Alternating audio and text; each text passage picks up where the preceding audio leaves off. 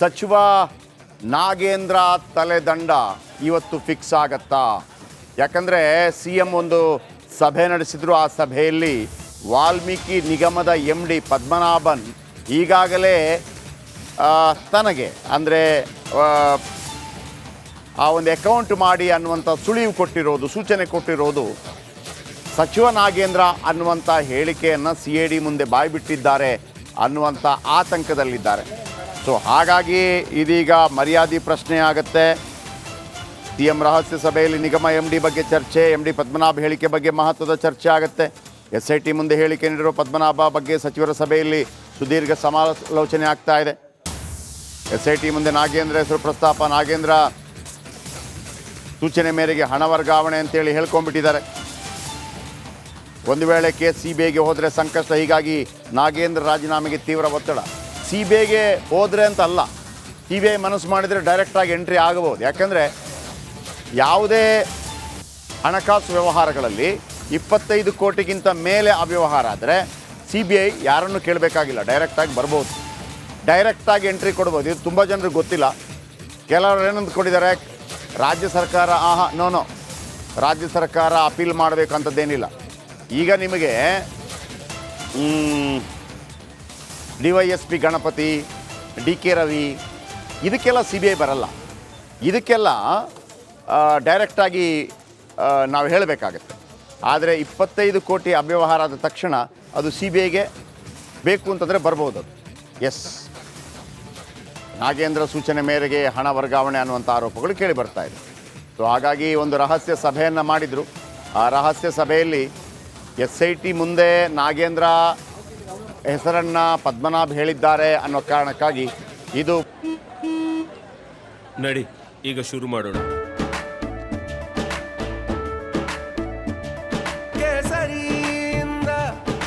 ಮನೋಲ್ಲಾಸ ಮನಸ್ಸು ಮತ್ತೇರಿ ಕುಣಿದಾಡಿದೆ ನೋಡು, ಮನಸ್ಸು ಮತ್ತೇರಿ ಕುಣಿದಾಡಿದೆ ನೋಡು.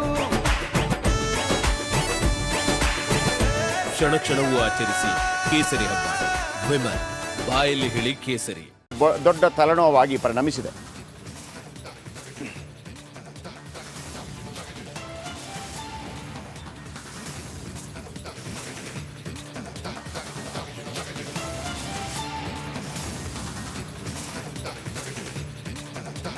ವಾಲ್ಮೀಕಿ ನಿಗಮದ ಹಗರಣ ಪ್ರಕರಣದಲ್ಲಿ ಸಚಿವ ನಾಗೇಂದ್ರ ತಲೆದಂಡ ಫಿಕ್ಸ್.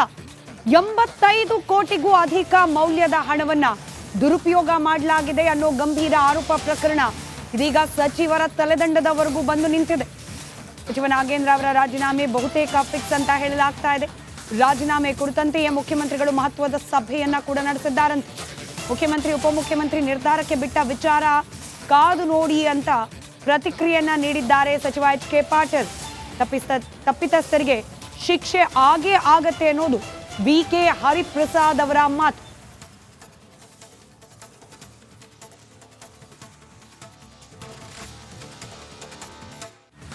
ಸುಮಾರು ವಿಷಯಗಳನ್ನು ನಿನ್ನೆ ಹಿರಿಯ ಮಂತ್ರಿಗಳ ಸಭೆಯಲ್ಲಿ ಚರ್ಚೆ ಮಾಡಿದ್ದೇವೆ.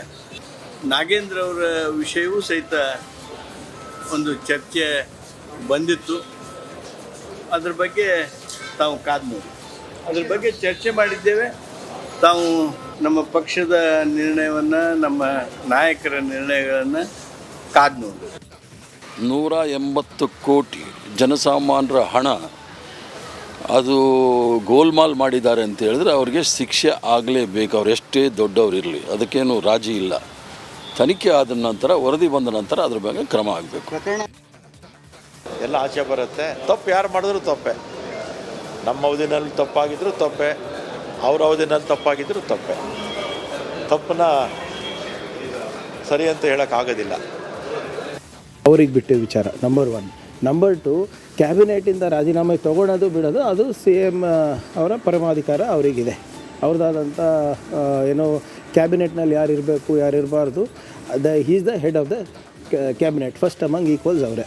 ಸೊ ಅವರು ತೀರ್ಮಾನ ತೊಗೋತಾರೆ. ಅವರಿಬ್ಬರು ಮಾತಾಡಿಕೊಂಡು ಪಕ್ಷಕ್ಕೆ ಏನು ಒಳ್ಳೆಯದು, ಸರ್ಕಾರಕ್ಕೆ ಏನು ಒಳ್ಳೆಯದು ಅದನ್ನು ಅವರು ಮಾಡ್ತಾರೆ. ಆದರೆ CBI ಬರ್ತಾರೆ, NIA ಬರ್ತಾರೆ ಅಂತ ಹೆದರ್ಬಿಟ್ಟು ಕೊಡೋದೇನಕ್ಕೆ?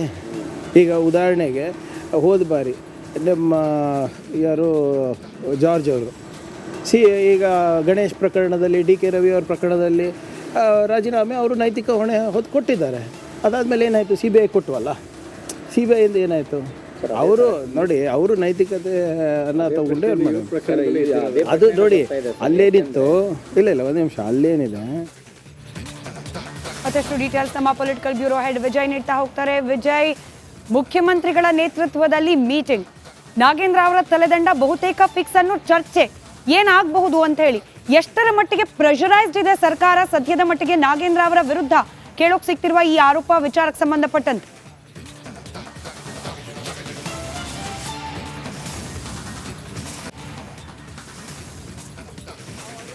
ಸಂಬಂಧಪಟ್ಟಂತೆ ಏನು ಅಭಿವೃದ್ಧಿ ನಿಗಮ, ವಾಲ್ಮೀಕಿ ಅಭಿವೃದ್ಧಿ ನಿಗಮದ ಹಣ ದುರುಪಯೋಗ ಮತ್ತು ಅವ್ಯವಹಾರ ಏನಿದೆ, ಈ ಸಂಬಂಧಪಟ್ಟಂತೆ ಸರ್ಕಾರದ ಮೇಲೆ ಒತ್ತಡ ಜಾಸ್ತಿ ಆಗ್ತಾ ಇರೋದು ಸಚಿವ ರಾಜೀನಾಮೆ ಸಂಬಂಧಪಟ್ಟಂತೆ.